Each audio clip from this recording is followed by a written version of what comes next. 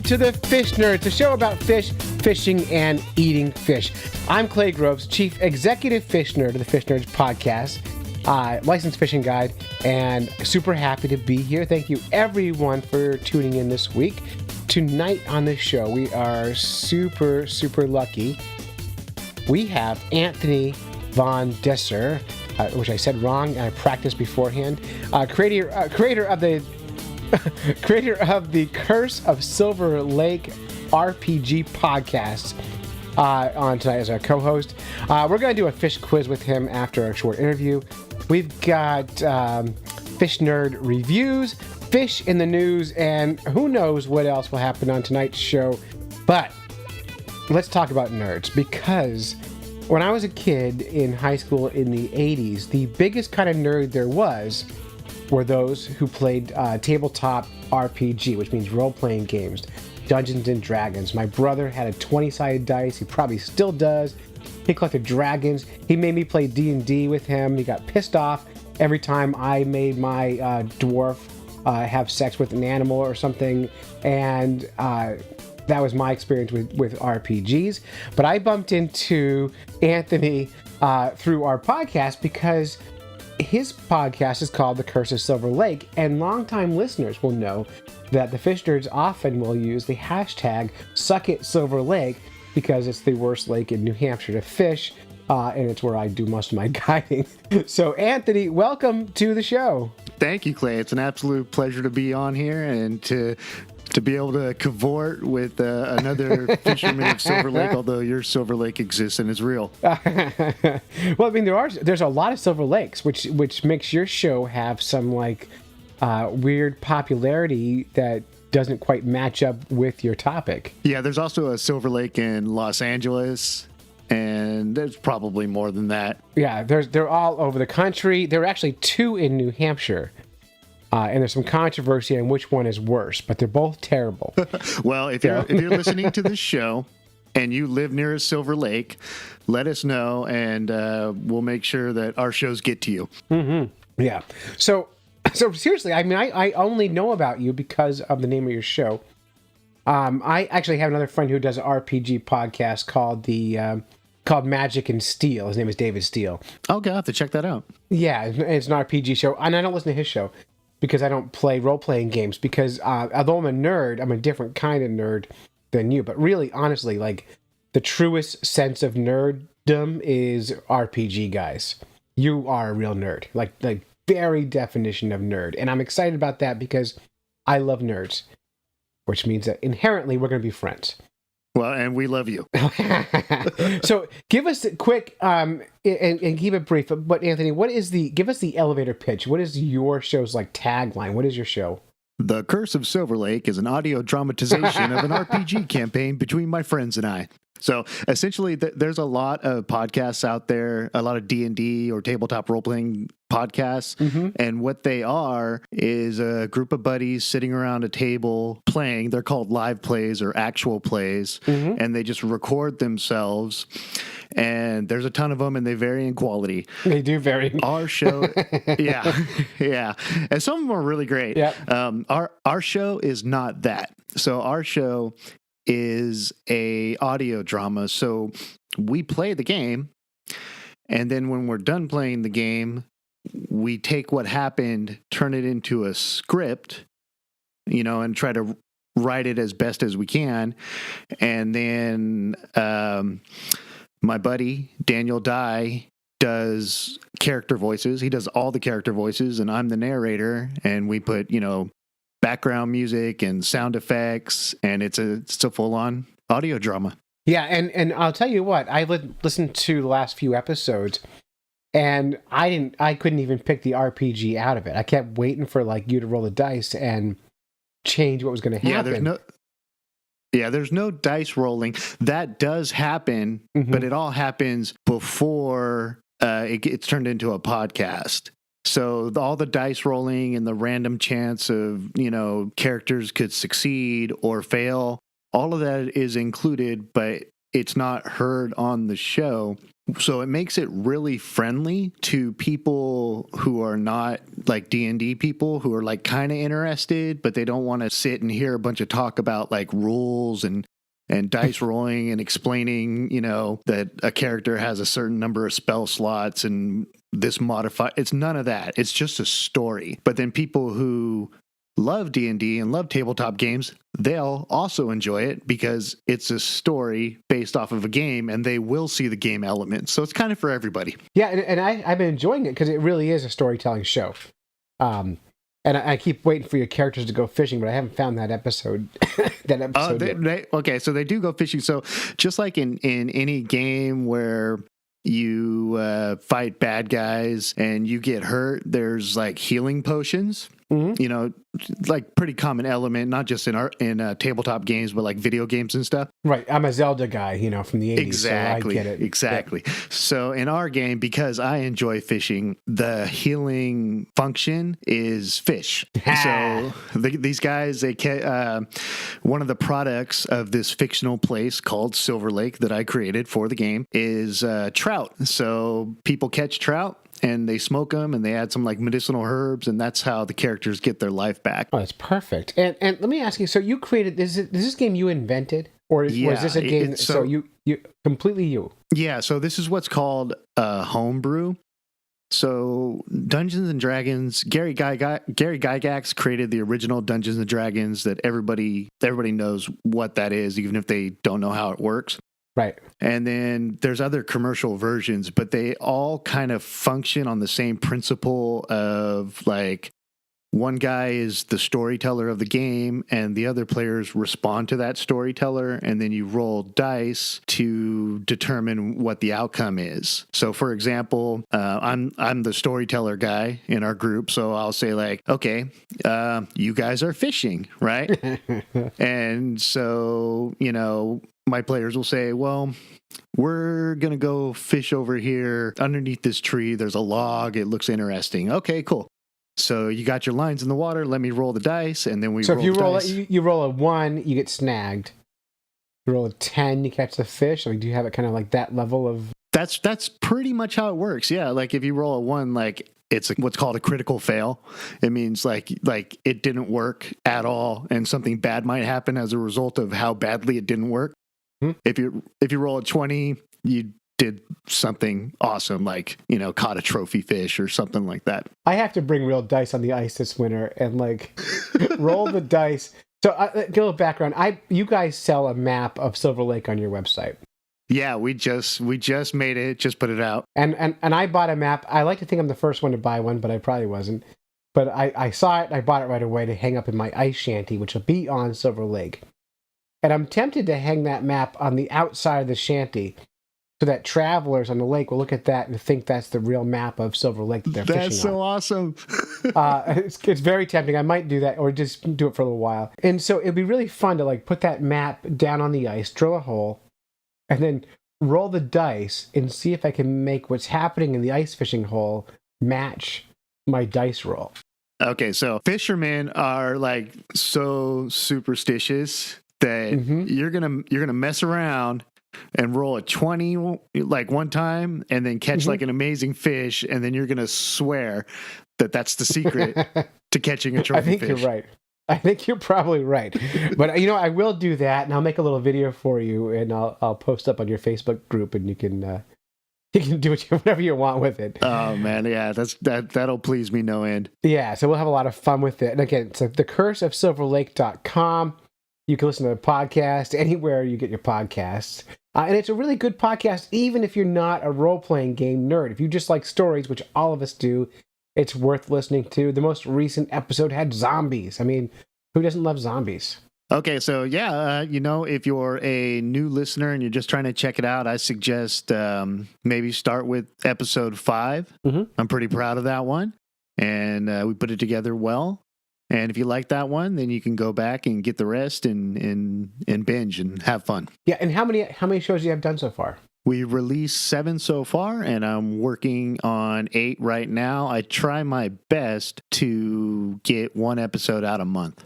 A month. And because your episode's highly produced with acting and sound effects and all that stuff. So 1 a month, people don't realize, like, even like a show like I do, like the Fish Nerds podcast, it's 1 hour of recording and about 5 hours of production afterwards.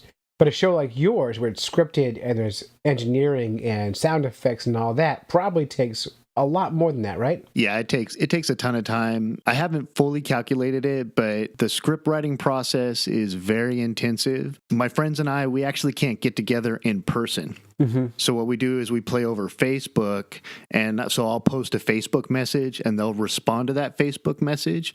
And that's how we play the game. So what I do is I take all those messages and I just copy and paste them, and then I have to delete all the superfluous information. It's tedious. Sounds terrible. And then, write a script and then give it to my buddy to record. So I think it's fair to say that it's a minimum of 40 hours for a 30-minute episode, but I wouldn't be surprised if some of these episodes go up to like 80 to 100 hours of work. That's amazing. And you've done 7 episodes, and kind of fun trivia for you, 50% of all podcasts stop at episode 7.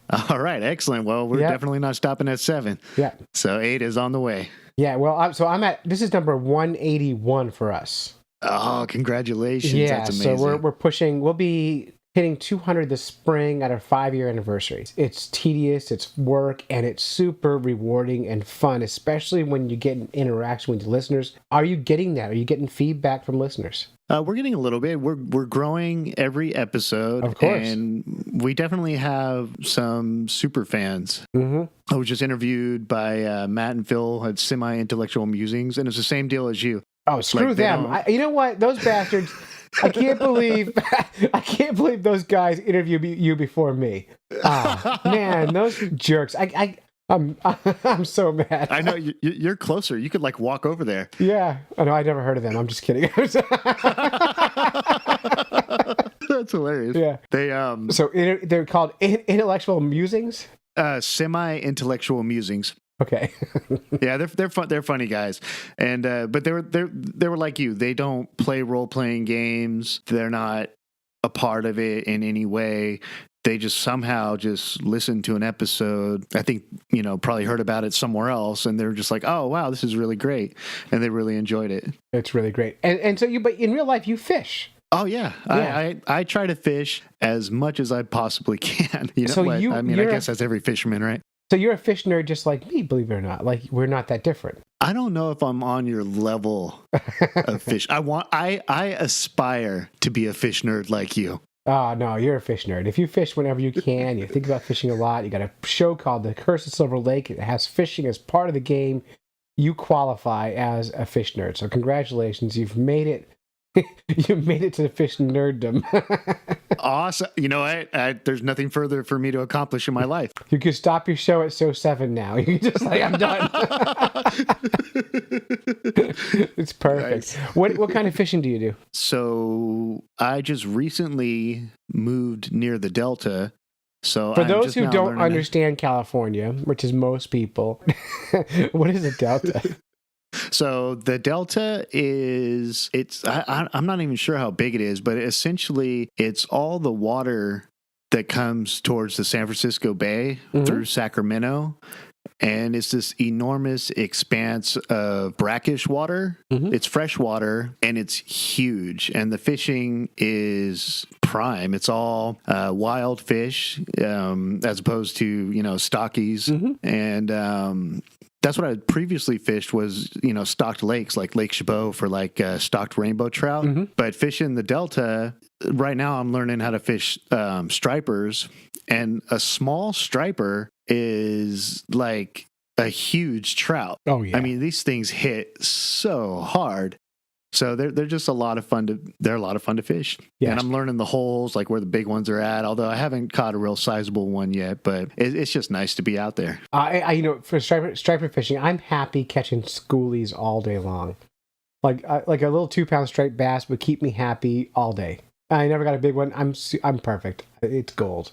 That is like a guarantee out here. There might be some times of the year where they're just not hitting, but for the most part, if you set up and you soak your bait, you're going to be pulling them in. Oh, that's so it's just, it's so nice. That's so cool. And so stripers and you catch the rainbow trout, which in New Hampshire we have rainbow trout, but they're not natives here.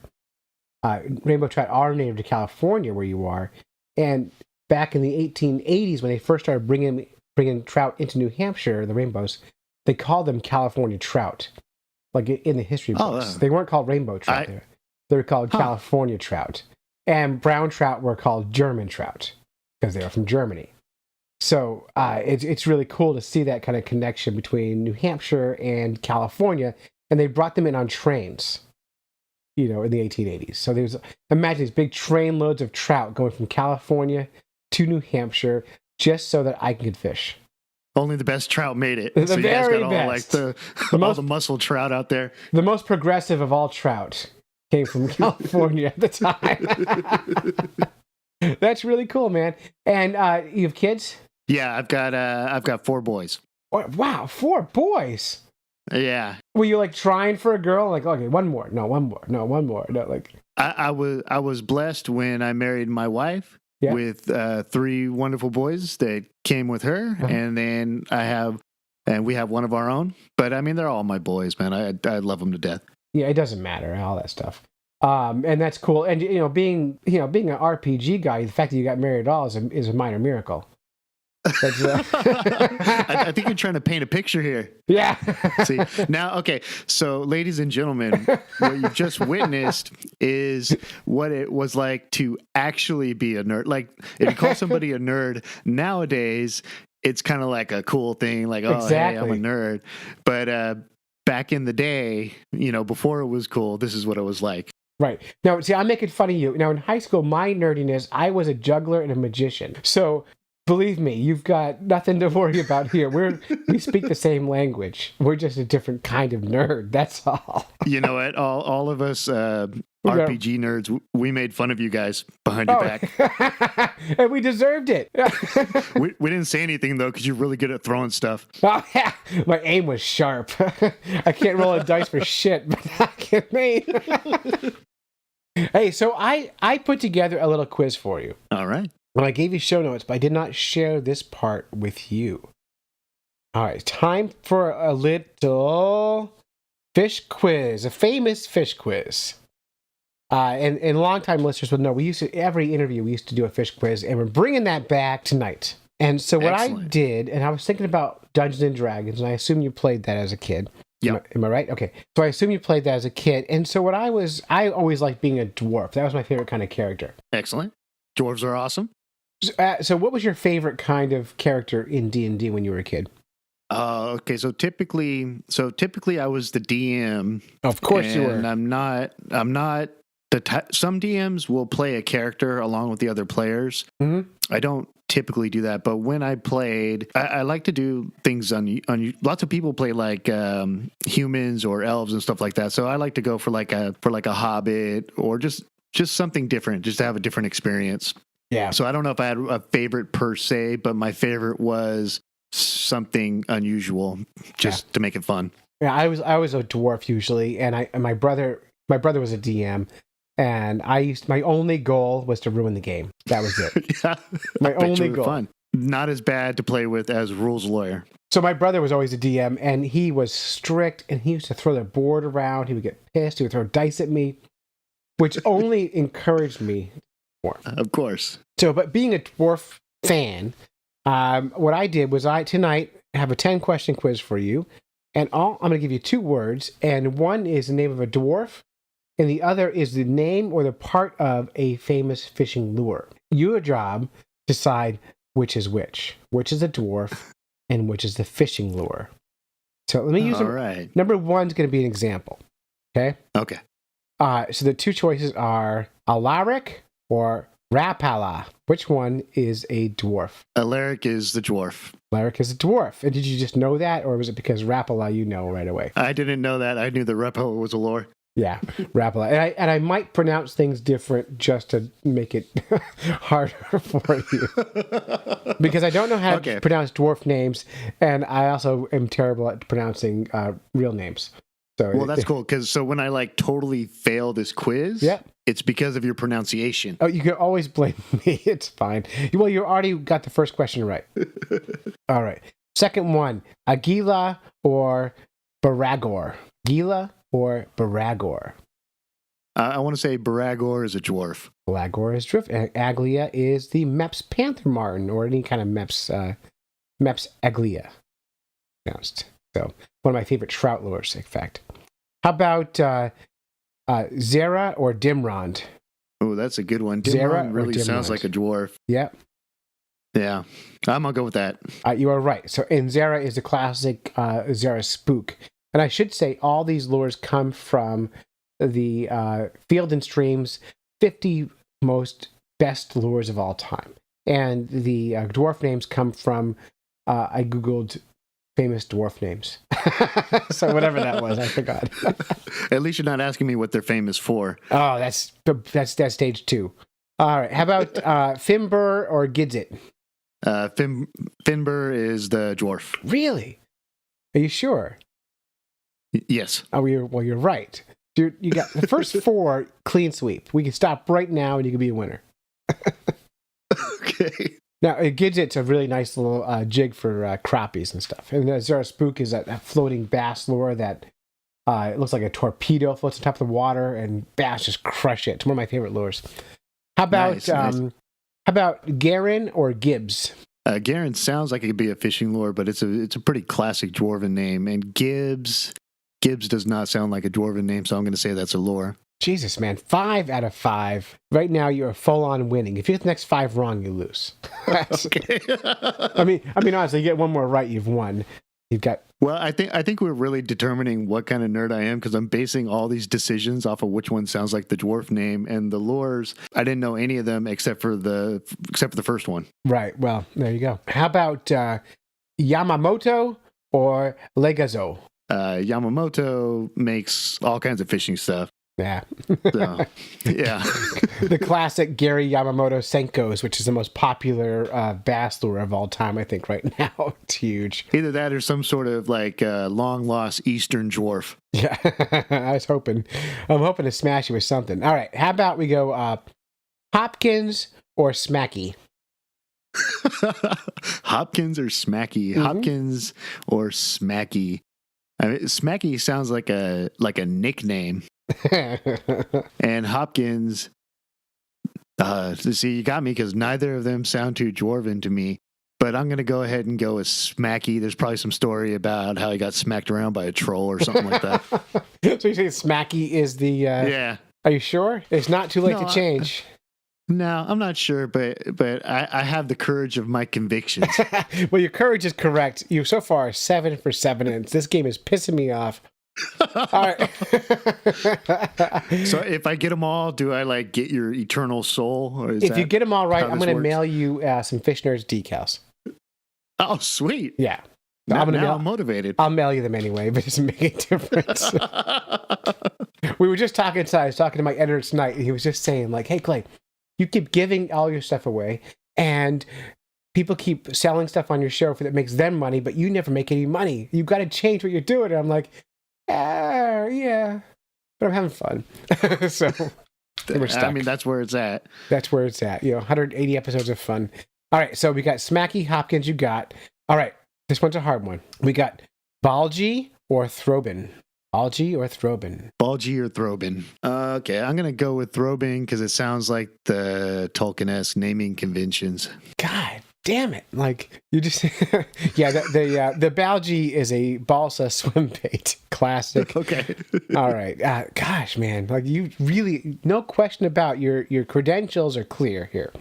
All right. I'm feeling pretty good about them, yeah. Well, you've got 8 out of 8. And I worked really hard on this, and you're not working hard at all. This is Well, it's very entertaining. I'm enjoying it. Everyone listening is enjoying it. Well, and they're that's my especially hope. enjoying how frustrated you're getting. it's making me mad. All right, this one. I have Hedon or Morag. Oh, that's awesome. Hedon sounds like dwarven royalty. And what's the other one? Mordak sounds like a warrior to me. Hedon or Mordak. I'm going to go with, this one might get me, but I'm going to say Hedon is a dwarf. Hooray! All right, I'm so happy.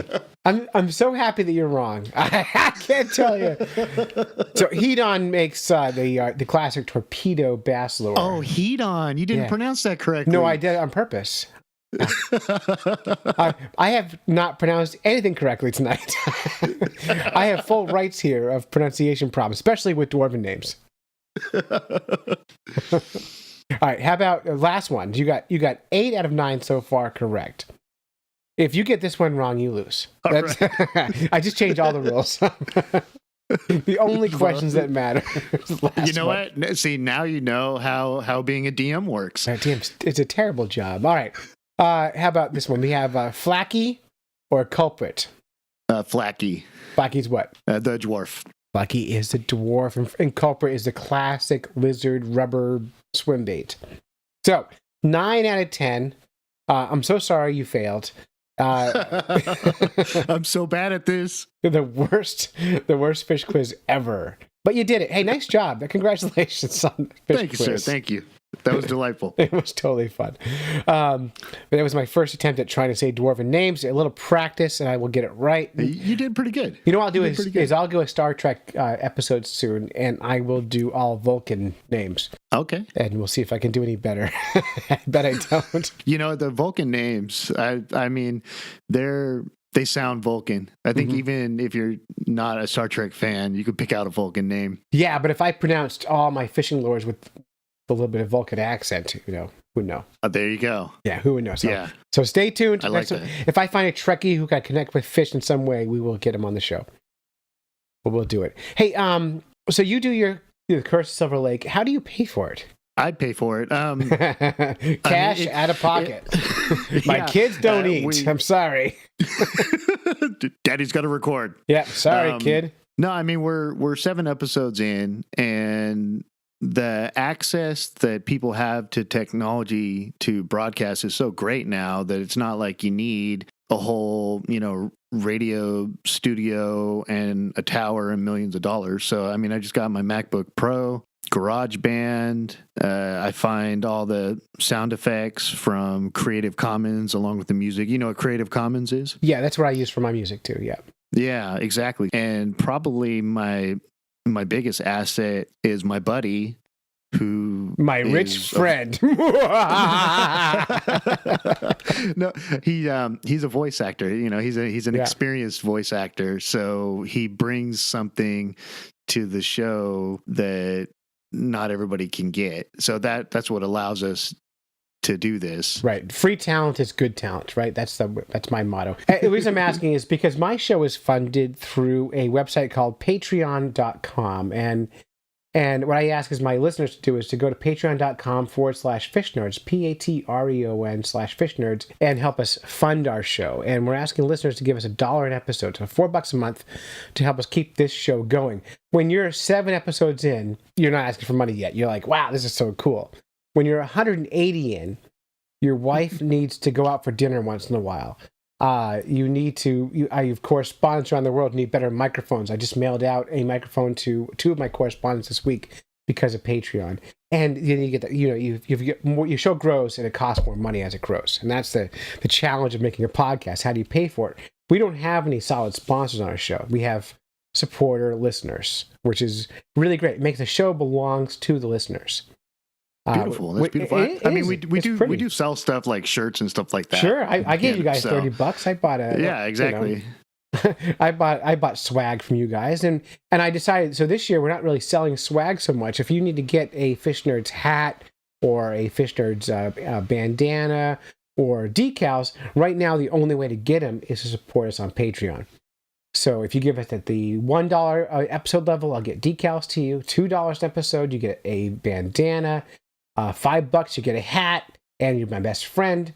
If you give us $25 a week, which is a whole bunch of money, $100 a month, and I don't expect most people to do that, I will talk about your business on my show. My friend Josh Lopes, lopestax.com, gives us $25 a week, and so he gets to be a show sponsor. And right now is a good time to talk to him. If you are following along, our country's taxes are changing significantly, and you may need a new tax guy if you're in Massachusetts, New Hampshire, or in that region, go to lopestax.com and talk to Josh and say, hey, listen, I know you're a fish nerd.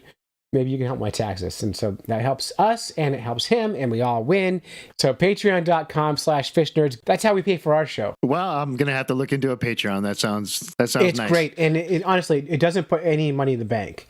When you're 180 episodes deep, the show is just expensive to run because bandwidth is expensive. There's a lot of people involved when you get that far in. So when you get that far with your show, you won't be just two people. You'll grow.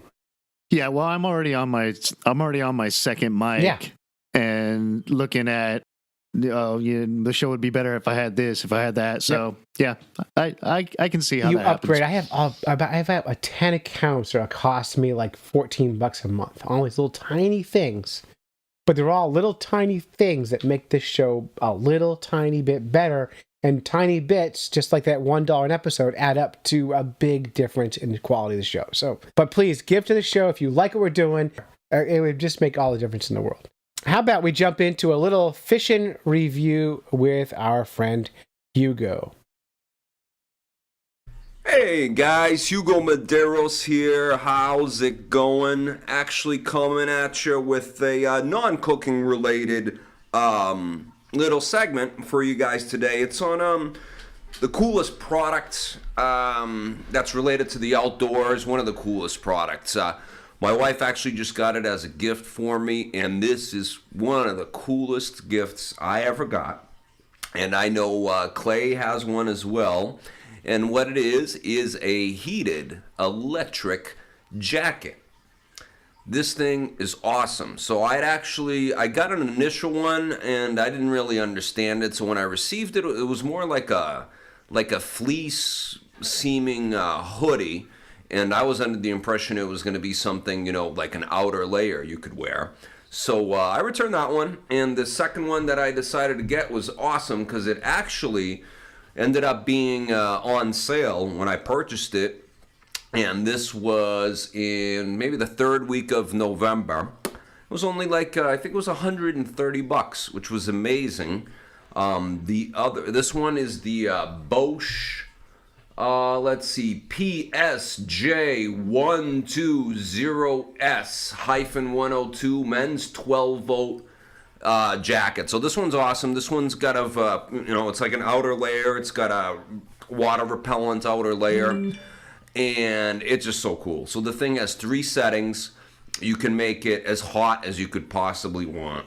I haven't really hung out in the outdoors in the last couple days since I got it, but I've been outside, and I love this thing. So basically, I can wear this very light, I think it's like 2.5 or 3 pound jacket. It's tiny. It's a very light jacket, nice looking, and a t-shirt. So I'm get to go outside wearing a t-shirt and a light jacket all winter long. I do not even put on the heat in my car. The jacket is as hot as you would want. So it's awesome. Highly recommended for you guys. Ideal. I'm thrilled to get it as a gift for my wife. It'd be an ideal gift for Christmas time. You really can't beat it, especially folks that are into ice fishing or fishing in the winter at all or hunting. It is, you just can't beat it. And if I really want, I think when I go ice fishing and if it's snowing or really bitter cold, I'm going to wear I have a heavy jacket, multi-layer kind of ski jacket I can wear over it. Or I can even wear my neoprene Stormer, nice waterproof jacket there. But if you're looking for a gift to give to somebody that's into the outdoors in the wintertime, this is perfect. Check us out on Facebook, guys. Fish Nerds Podcast. Thanks, everybody. See ya. All right. Hey, thanks, Hugo. Now, Hugo usually is our fishing cooking correspondent. And this week he wanted to brag about his sweatshirt that had a heater installed in it. So that was Hugo with his review. And special thanks to Hugo's wife for buying it for him. So I got to get one of those. Yeah, I have one. And last week's show I reviewed it. And I wear it every day, but I wouldn't trust it on the cold weather because layers are safer. You'd be better off with your own body heat. Yeah, we don't know what cold is. Not in here. California. All right. Hey, this episode is brought to you by the Fish Nerds Guide Service, the only ice fishing guide service serving the Mount Washington Valley of New Hampshire. Fish Nerds Guide Service is actually me, Clay Groves. Hi. If you want to go fishing, just go to fishnerds.com, click through, and check it out. This year, we're offering a special 4-week teenage fishing clinic. So if you've got a kid between the age of 12 and 17 and they bother you, give them to me on Sundays from 1 till 5, and I will take them ice fishing and teach them cool things. And we'll catch lots of fish and have a great time. And I'll bring them back to you safe, happy, and cold on Sundays from 1 till 5 p.m. Again, fishnerds.com for more information on that. And if you want to book a trip with me, again, fishnerds.com, and we can take you fishing, have a great time. So have you been ice fishing before? I have never been ice fishing. It sounds like an amazing thing to do, like a full-on adventure. It is a very different kind of fishing. It's the reason I guide ice fishing is because of the uniqueness of it. Now, today, I got hassled on the internet for offering a teenage ice fishing clinic and charging money for it. Someone said, "How dare you charge so much money to take kids fishing, when you should be doing it because you love doing it?" I was there. They do my advertisement for the for teenage ice fishing clinics. How do you respond to that? My first response was, I have kids, and I pay for gymnastics, and I pay for dance, music, and choir, and all these things, and my kids love them, and not once do I ever say to the person teaching it, "How dare you take my money for a service?" And so I wrote that, and then I wrote one more sentence. How much would be the right amount to charge take a kids fishing, right? And then I deleted the whole thing because I didn't want to get a negative argument with on my business page. But I just felt like, it makes sense. But like, good policy. I get his point. Like, fishing should be fun and people should do it for the love of it. But a lot of parents don't have the skill set, or they're afraid of ice fishing.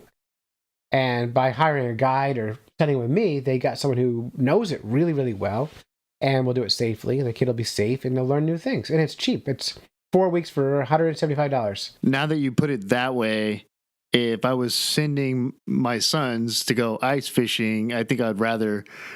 I don't know if I'd send them with some stranger who just offered to do it for free. Yeah. You know what I mean? Exactly. So like an experienced ice fisherman. Well, I'm a licensed, the way to go. trained fishing guide who has insurance and who's highly trained in CPR, first aid, ice rescue, and all the things. Or you can have some guy doing it for free. Now, in the person who commented defense, I also do a lot of fishing trips for free. I take the Boy Scouts fishing. I take the Girl Scouts fishing. I give away 3 trips a year to charity. But there's only so much you can do when you have a business of giving things away before you're like, maybe I want to get paid. I got to pay my insurance bill, Maybe they're just upset because their job isn't going fishing. They're just jealous because they didn't go to guide school. Yeah, every single fisherman dreams of, you know what? I'm going to get a boat. I'm going to learn where all the honey holes are, the tides, and I'm going to quit my job and I'm going to become a guide. Yeah, no, I haven't quit my job yet. I'm not there yet. All right. You just ruined the fantasy. I know. I wish I could podcast and guide for a living, and maybe soon it'll happen if I get a few more Patreon supporters.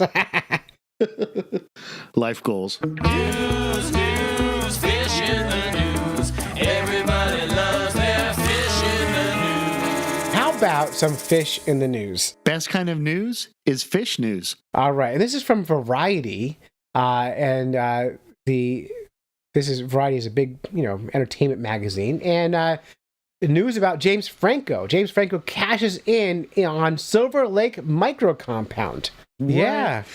After less than 2 months on the market, entertainment industry James Franco, director, producer, and star of the critically acclaimed biodramedy, The Disaster Artist, sold his 2 resident micro compounds above LA Silver Lake for $1.35 million.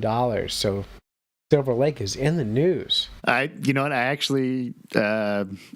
I actually heard an interview about that. And so basically, we are related to that show, James, and we want our cut. Yeah, where's your money? Now, I'm looking at this compound, and it's nice. But it must be $1.35 million dollars, and it's just like a house. Welcome to, and see, that Silver Lake is in Los Angeles, and here near San Francisco, we blow those prices out of the water. Really? It is insane. Yeah, the cost of real estate. I mean, he's got a nice garage. He's got a living room that's 17 by 9, 11 by 9 bedroom, a kitchen, only one bath. That's for that much money. So there's some good news, right? Good for James. I like him. Yeah, I'm glad he must have made all his money podcasting. He probably did. All right. How about some more news? And this is from Delaware Online. Police find body in Silver Lake. So Silver Lake is just all over the news, including in Delaware. I'm picking up a trend here. Well, it's going to change soon. A man kayaking on Silver Lake discovered a body Tuesday and alerted Dover police officers, and they retrieved the 39-year-old resident Anthony McDonald in the water. So Silver Lake is good for housing values, and it's a murderer. It's Death Lake. Now, were there any bite marks in the victim's body? Well, now I've clicked through the news headline. I am noticing the website is just clickbait, and so while I'm here, I can buy fishing hooks, lures, and poles, but I can't actually find the rest of the story. I'm just wondering, if it was some sort of nefarious beast. The beast of Silver Lake. Does your Silver Lake actually have monsters and beasts? Oh yeah, absolutely. In episode 5, the guys come across some pretty substantial beasts. I don't want to spoil things, but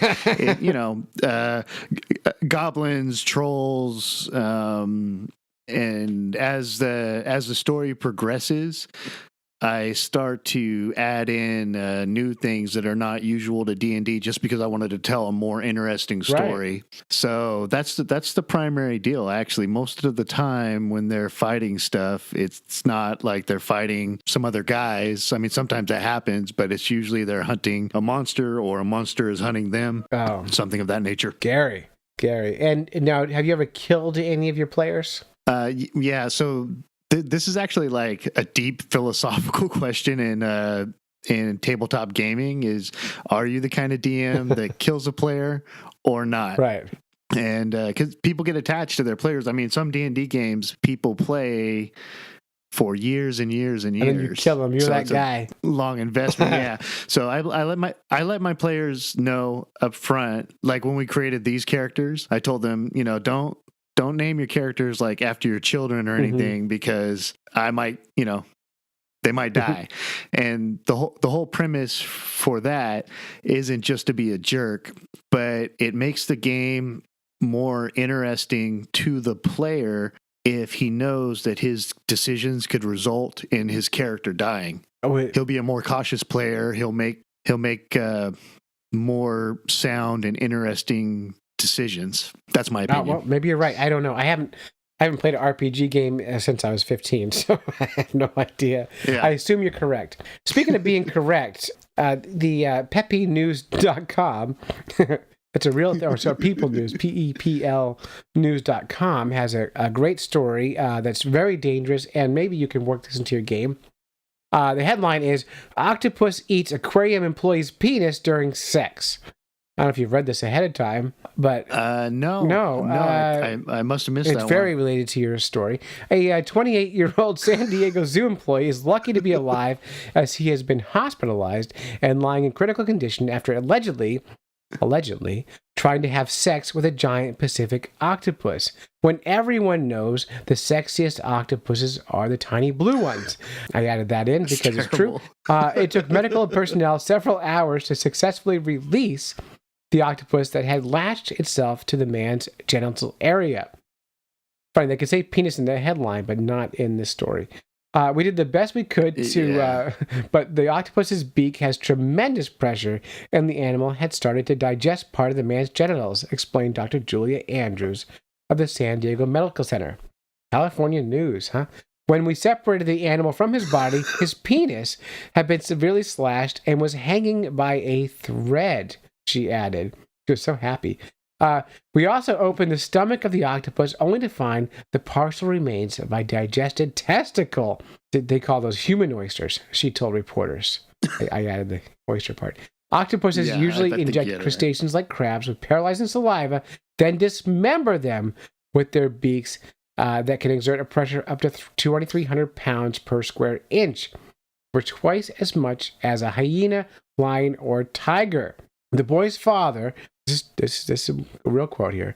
The boy's father, while speaking to reporters, says he has lost a lot of blood, but it's a good thing he got here in time. I don't know. Yeah, it's a great. Yeah. That all worked out. By the way, if this ever happens to me, I want to be dead because waking up from the surgery would be too much. And also, you're doing it wrong. You are doing it wrong. Yeah, if you don't use the beaks, use the mantle. I don't know what the hell he was thinking screwing with that sea critter, but with a little reconstructive surgery, the doctor said he'll be good as new. I knew he was into heavy metal music and weird satanic stuff, but I didn't know it was that bad, added his mother in tears. So that is from peplnews.com. I don't know if that's real news or not, but there's a part of me that really wants it to be for reals because it's... You're about to get letters from Satanists talking about how... being with an octopus is not a thing. Well, so you think about the pentacle. There's 8 points of the pentacle. You got eight arms on an octopus. So it all makes sense to me. Yeah, you've definitely thought about this too much. I spent a lot of time thinking about octopus sex today, and I don't want to talk about it anymore. And I'll thank you never to bring it up again on my podcast. How dare you? Hey, I just want to say for the record that you'll never have to endure octopus mishaps on the Curse of Silver Lake. Please, if you can work it in, though, you would be a hero. You'd be a superhero. I was going to say, take a look at the map, and up at the northern part of the ocean, you'll see like tentacles sticking out, but now I don't even want to mention that. Those are squids. I think I need to revise the map. Those are squids, not octopi. Yeah. Octopuses. Excuse me, not octopi. Octopi is wrong. Octopuses. I feel like I need to take it out now. You should definitely. Anything octopus related has to go now. The sexiest mollusk of all time is the octopus. Everyone knows that. It's a fact. Of the matter. All right, let's wrap this up. Do you have any parting words before we wrap up there, Mr. Anthony? It's been an absolute pleasure to be on the Fish Nerds, and I hope all you fish nerds have happy hunting. Happy hunting. All right. So that's it. You've listened to a bunch of nerds when you should have been fishing. We'd like to thank our families for supporting us while we podcast, go on quests, and do all the silly things that nerds do. Silly indeed. Special thanks to Anthony from the Curse of Silver Lake podcast. Get that anywhere you get podcasts. Big thanks to Hugo for being part of the podcast. Thanks for mixing it. And, of course, thank you to all the listeners of the show. So until next time, follow the code of the Fish Nerds. Spawn early and often. Never trust a free lunch with strings attached. Swim against the current every chance you get.